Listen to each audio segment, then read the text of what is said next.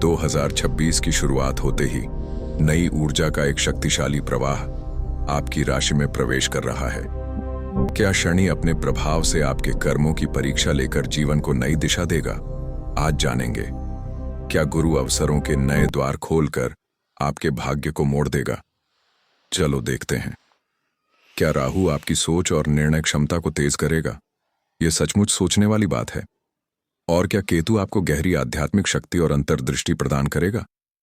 क्या 2026 आपके लिए उन्नति, धन लाभ, नए रिश्ते, करियर में बदलाव या विदेश के अवसर लेकर आएगा? आइए जानें। इस वर्ष ग्रह आपके जीवन की किस दिशा को उजाला देने वाले हैं